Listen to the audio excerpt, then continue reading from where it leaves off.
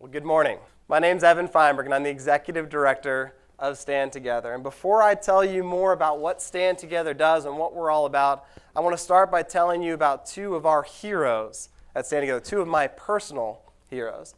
The first was a French intellectual in the early 1800s. He came to America under the auspices of studying our criminal justice system, but thankfully he had no intention of studying criminal justice. He wanted to know, what is it that made America great? At the time, there was dynamism in America and stagnation back in Europe, and he wanted to know what the difference was.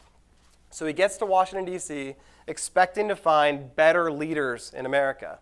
And he doesn't find them there. He finds that D.C. is a hot, humid swamp, and it's boring, it's filled with people that weren't really doing anything. He didn't find the leaders to write home about when he came to D.C. Goes out into the States. It's the United States of America, after all. He also doesn't find anything happening in the States with those elected officials that causes him to believe that something dynamic's happening in America. But then he goes out into our communities, and that's where he finds the real leaders in America. He finds everyday people working in harmony to improve each other's lives. He finds the social fabric of America, volunteer groups, associations, individuals, faith-based organizations, groups that are helping people to improve their lives. And it's dynamic, and it's special, and it's inspiring.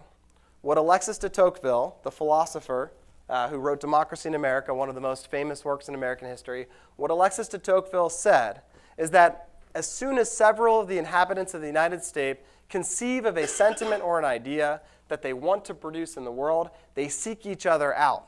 And when they find each other, they unite. And from then on, they are no longer isolated men, but a power that speaks and that one sees from afar. Well, we're confident that if Alexis de Tocqueville were to come back to America today, rise from the dead and come back to America today, that he'd be writing about the very groups and organizations that Stand Together has the privilege to work with. We call those organizations catalysts. And I'm going to say a whole lot more about that in a second. But at the same time, and this is about our second hero, at the same time that Alexis de Tocqueville came to America, we also had a big problem in our culture. Our second hero, his name was Frederick, was born a slave on the eastern shores of Maryland. Around the age of 8 or 9, he's transferred from a field slave to become a house slave in the city of Baltimore for a relative of his slave master.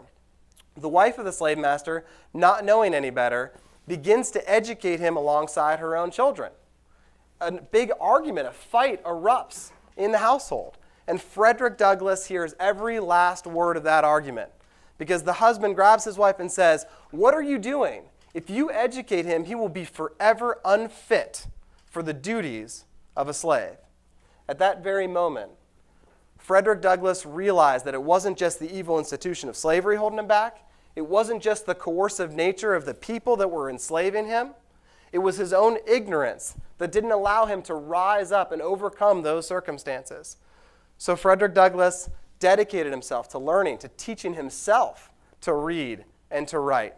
He eventually, in his thirst for knowledge and his thirst for more, frees himself from oppression, flees north, becomes one of the greatest orators in American history, one of the great leaders in American history, a leader in the abolitionist movement, and through his self-transformation helped to free millions of people from the institution of slavery.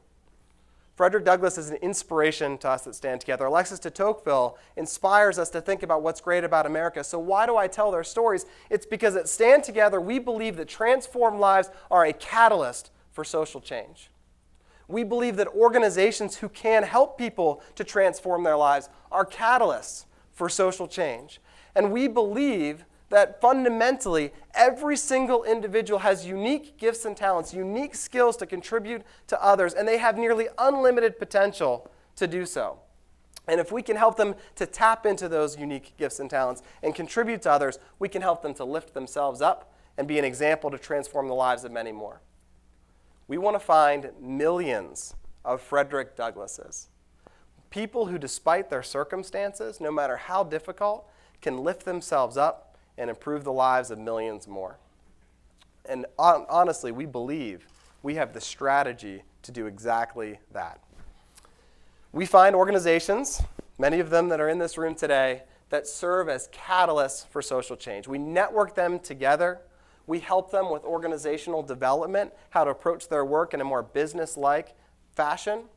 And we help to tell their stories, because this change can inspire millions more people to believe that self-transformation is possible and that there are those who can help make it happen. So it's no surprise that Stand Together is supported by hundreds of the finest business leaders in the country. There are so many people out there who want to help people, but they want to be savvy about it.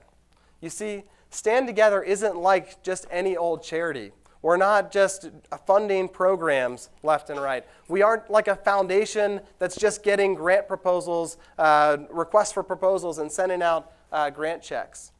We're not like a big nonprofit or a government program that just gets all the experts in a room, plans out a big strategy to solve poverty, and tries to deploy it. Instead, we look more like venture capitalists, funding social entrepreneurs that can drive change. What you see here is our portfolio for finding high-potential nonprofit organizations that can have a significant impact.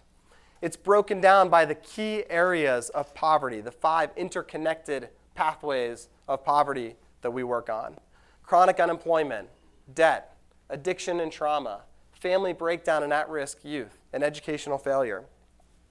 Our belief is that if you're addressing any one of these issues, you're probably preventing or solving others.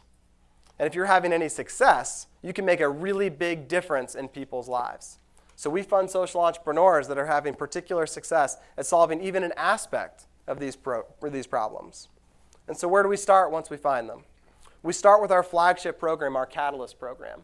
We spend 6 months providing training, support, coaching, organizational development, networking, and storytelling support for each of these Catalyst organizations. We start with an opening event where we get them together. We have online sessions where they work through their business plans. And we hope that each organization will use that time to step back from the daily grind of what they're doing, the hard and gritty work of helping people to improve their lives, and think a little bit bigger about what they could accomplish as an organization. In the program, an organization like Defy Ventures took a step back and thought through their business plans to scale from places like New York and California to Illinois and Mississippi and Nebraska, and hopefully to every corner of the country, because it's pretty exciting that just 3% of Defy Ventures participants end up back in prison compared to over half of the broader population. Or Phoenix Multisport, which is based out of Denver. They're tackling our country's addiction crisis through peer-to-peer physical fitness and community. We've been working with them on their business culture, their vision, their talent acquisition strategies, as they imagine Phoenix chapters across the country. That's also pretty exciting when you consider they've got half the relapse rates of the best clinical programs across the country. A number of organizations in our Catalyst program have also utilized each other's expertise and success to help sharpen their skills. So we were able to hold a workforce development summit in Chicago because in our program we've got 2 of the finest workforce development programs in the country, the CARE program and Chrysalis. A couple of our other Catalysts were able to attend that were looking to build workforce programs into their core business. I could give so many more examples. Milwaukee Rescue Mission has been working with another partner of ours, D-Free, to implement a financial empowerment curriculum into their work. Defy Ventures has become a distribution partner for the content and the services of another one of our catalysts, Root and Rebound, that works on prisoner reentry. Strive, an after-school program, is exploring a partnership with youth entrepreneurs to bring their curriculum into their work. What we found is that if you get leaders into a room together, amazing things happen. So, as I mentioned, we do more than just work with these leaders on their business and their organizations, but we see so much progress happen in that area. We also see in our Catalyst program the opportunity to help each of these groups tell their story. Often, social entrepreneurs have their head down, they're helping people, they're doing something special, they know what they're doing is special.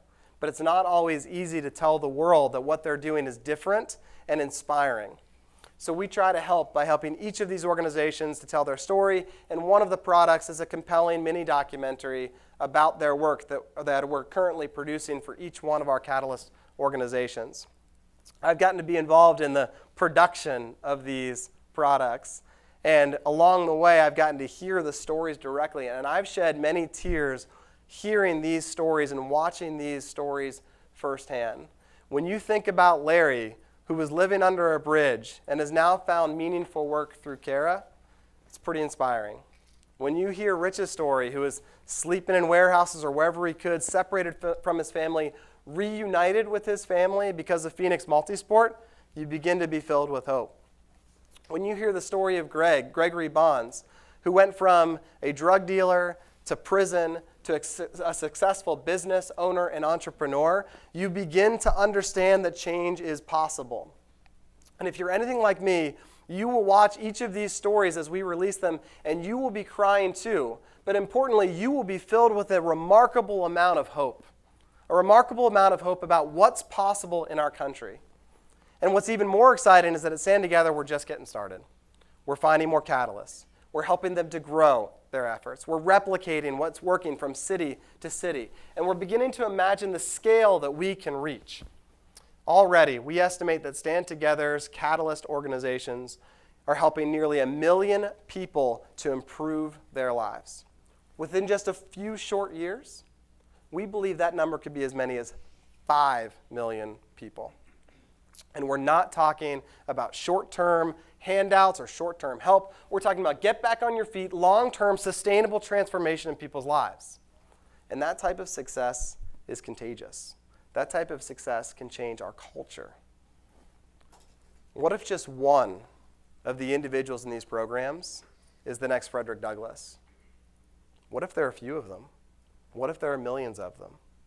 It's amazing to think about the change that's possible. We have the opportunity to help millions of people to fundamentally lift themselves up, transform their lives, and show the American people what is possible and where to look for it.